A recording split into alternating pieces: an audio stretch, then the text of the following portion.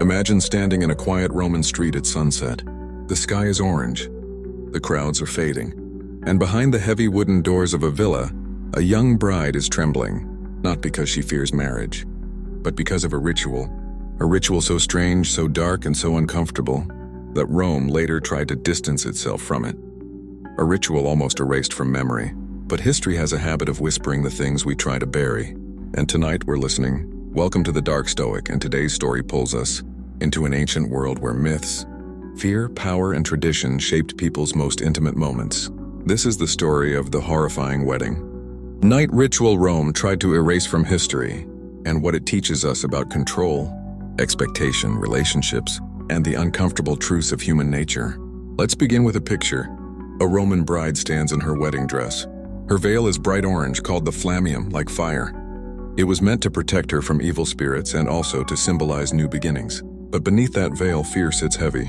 Everyone has told her the same thing. Tonight is not her night. Tonight belongs to the ritual. A ritual performed by priests, spirits, or sometimes even by another man. But why? Why would a civilization so advanced that it built aqueducts, created concrete, and shaped philosophy embrace such a disturbing custom? The answer begins with one idea: fear of chaos. The Romans believed the first night of marriage carried unpredictable forces. They believed a woman's transition into a wife had to be guided, protected, or controlled. And when humans fear the unknown, they create rituals, sometimes beautiful ones, sometimes dark and twisted ones. The horrifying wedding night ritual varied across different eras and regions of the empire, but the general idea was the same. The bride's purity and transition were not considered something she owned. Her body was tied to superstition, property, and the order of society. In some places, it was believed the gods themselves had to claim the bride first. In others, a symbolic act replaced the physical one. Yet the emotional weight remained heavy. Imagine being told your first night of marriage does not begin with your husband. It begins with fear. It begins with strangers. It begins with a ritual that turns your most private moment into something public, controlled and predetermined. For us in the modern world, this is unthinkable. But for ancient Romans, fear of the unknown, fear of the gods, and fear of dishonor shaped everything. Before we go deeper into the ritual itself, let's pause and ask, why do civilizations create such strange traditions around marriage? Why do cultures build fear into something meant to be beautiful? Because humans have always struggled with the same external pressures: status, anxiety, expectations, and the need for control. Even today, the details look different, but the patterns are not so different. And this is where Stoic wisdom becomes powerful. The Stoics believed most human suffering comes from two things: the desire to control what cannot be controlled and fear of what might happen. Rome feared both. Marriage was too important to leave to chance. So they created rituals that removed fear, but in the process removed freedom. Stoicism teaches the opposite. Freedom comes when you stop trying to control the uncontrollable. But Rome was not a Stoic society. Rome was a society obsessed with control. So what exactly was this horrifying ritual? In some regions, the bride was taken to a temple. This was not a peaceful, private moment. Imagine torches, chanting, and the heavy smell of incense. The bride would be placed at the feet of a statue of a god, often Jupiter or Priapus, a fertility figure. In certain accounts, the priest performed the symbolic opening of marriage. In others, the ritual was physical. The idea was that the god, not the husband, claimed the bride first. The husband gained her only after the god had accepted her. In other areas, the ritual was even stranger. The bride was taken away from the groom on their wedding night and kept with women who guarded her. This sounds gentle, but it wasn't meant to protect her. It was meant to prevent the groom from touching her too soon. The ritual insisted that the woman had to spend the first night in fear, tension, and waiting. The belief was that this waiting purified her emotions and made the marriage stronger. But imagine the psychological impact. Imagine the anxiety, the confusion, the feeling of being controlled. And in the darkest version, something more disturbing existed: the rite of the first night. A man of higher rank, sometimes the lord or priest, or tribal leader, would claim the bride before her husband. Historians debate how often this happened in Rome, but the fact that the legend survived it all tells us the fear was real. The idea lived long enough to be written about. Rome tried to bury it, but shadows leave marks.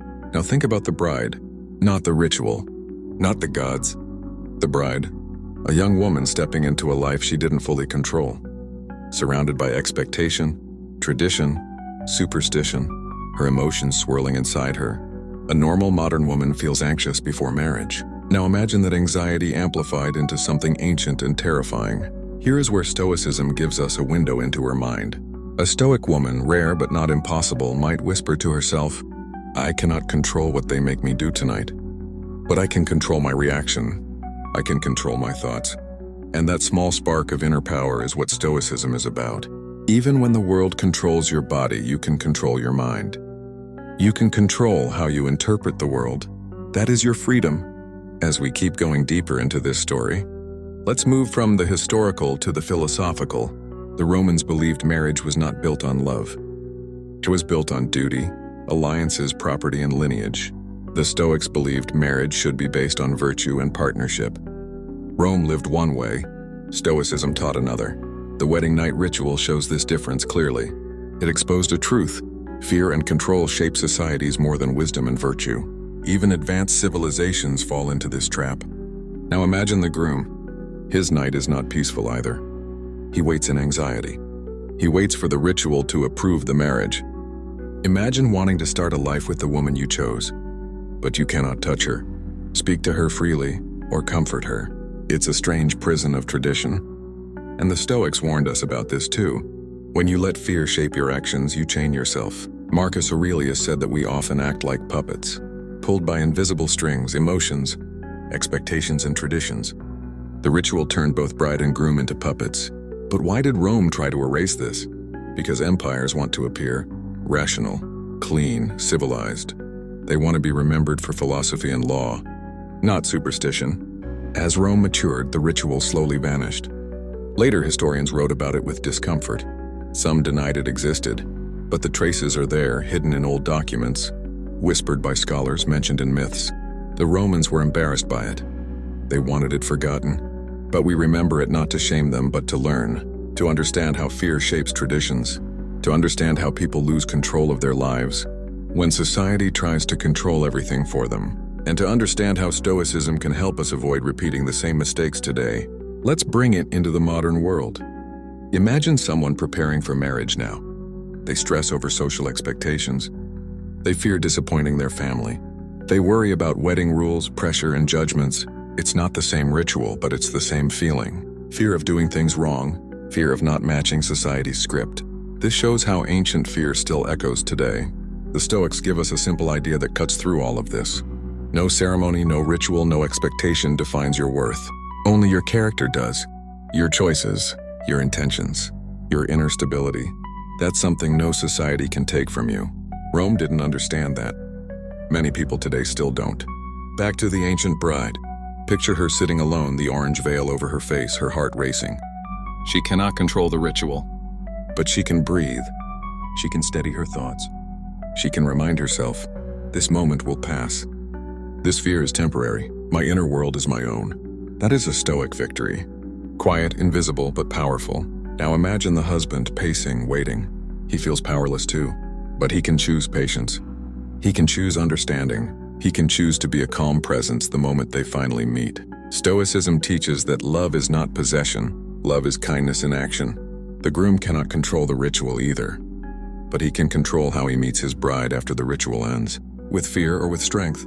With pressure or with compassion? This is why the story matters. It is not just a dark historical curiosity. It is a mirror. It reflects the ways we surrender ourselves to fear. It shows how easily humans allow society to shape their most personal moments, and it reminds us that we always have one freedom left, our mind. When Rome erased the ritual, it did not erase the fear that created it. But Stoicism offers a way to end that fear, not by changing the world outside, but by changing the world inside. If you can understand this story deeply, you will understand something important. The rituals we fear today, social pressure, expectations, judgments, traditions are just modern versions of ancient fears, and you, like the bride and groom in our story, have a choice. You can live controlled by fear, or you can live guided by inner strength. The wedding night ritual of ancient Rome might seem distant, but the emotional lesson is close. The Stoics tell us to accept what we cannot change, to focus on what we can, and to move forward with dignity. If the bride and groom could find inner calm in a world of superstition, then you can find calm in the modern world too. And that brings us back to you, the viewer. You also face expectations. You also face traditions you did not choose. You face moments where the world tells you what you should do, how you should act, how you should feel. But the truth is simple: your life is yours. Your choices are yours. Your inner world is yours. Before we end, let me ask you something. How many of your fears come from your own mind? And how many come from society's script? If you can answer that honestly, you've already taken your first step towards Stoic strength. If you enjoyed this journey into ancient Rome, into fear, into philosophy, and into human nature, then stay with us. Like the video, comment your thoughts, and subscribe to The Dark Stoic for more stories that challenge the way we see the world, because the past has lessons, the present has pressure, but wisdom belongs to those brave enough to listen.